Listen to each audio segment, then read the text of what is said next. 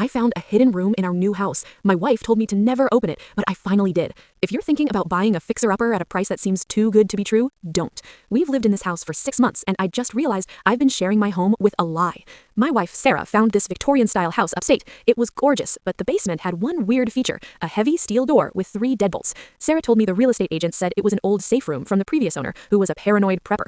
She insisted we leave it alone because the keys were lost and it wasn't worth the cost to break in. I trusted her. Sarah is a sweet, quiet librarian. She's the last person I'd ever suspect of keeping a secret.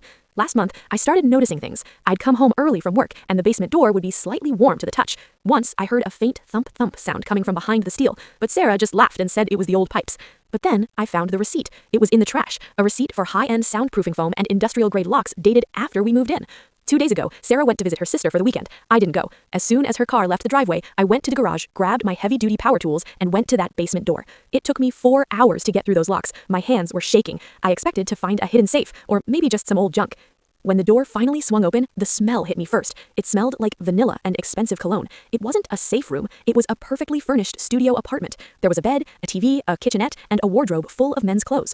But here's the kicker. The walls were covered in photos, hundreds of them. They were all photos of me. Photos of me sleeping, photos of me drinking coffee in the morning, photos of me through the bathroom window. And in the corner of the room, there was a laptop. I opened it, no password. The screen was split into 4 views. It was a live feed of every single room in our house.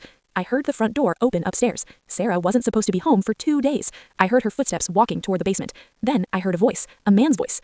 "Is he still in the basement, honey?" the man asked. "I think so," Sarah replied, her voice sounding colder than I'd ever heard it. I told him not to open it. I guess we have to move the project to the garage now.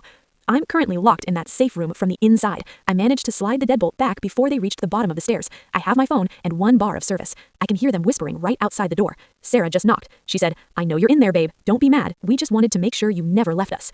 I don't know who "we" is, and I don't think the police are going to get here in time.